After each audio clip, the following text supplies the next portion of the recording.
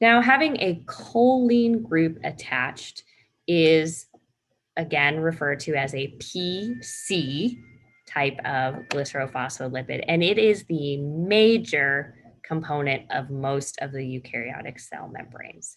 PC lipids, so lipids that have a phosphocholine head group, again, make up most of our cell membranes. They are the most common lipid. Now, this distinguishes us as eukaryotes from other cells because many prokaryotes actually cannot synthesize this lipid. They cannot make phosphatidylcholine, and so having this particular lipid is a way to distinguish something like a prokaryote from a eukaryotic cell.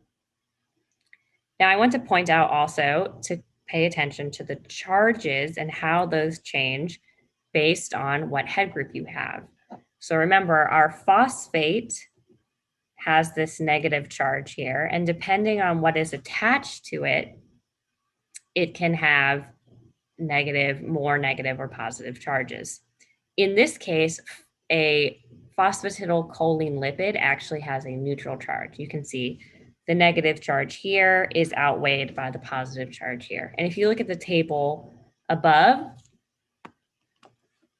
we can see how those charges of the groups are going to affect the overall charge of the molecule. So if you don't have any charge on your group, then your phosphate will just reign, and phosphates have a -2 charge. So phosphatidic acid has a very negative charge.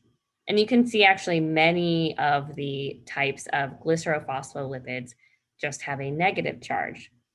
And that is as opposed to PEs and PCs, which have a neutral charge. So there are no positively charged glycerophospholipids, even though they might have a group on them that is positively charged. The overall charge is going to be neutral or negative. This is important when we're thinking about how to separate out lipids from other charged species. So think about DNA. What's the charge on it?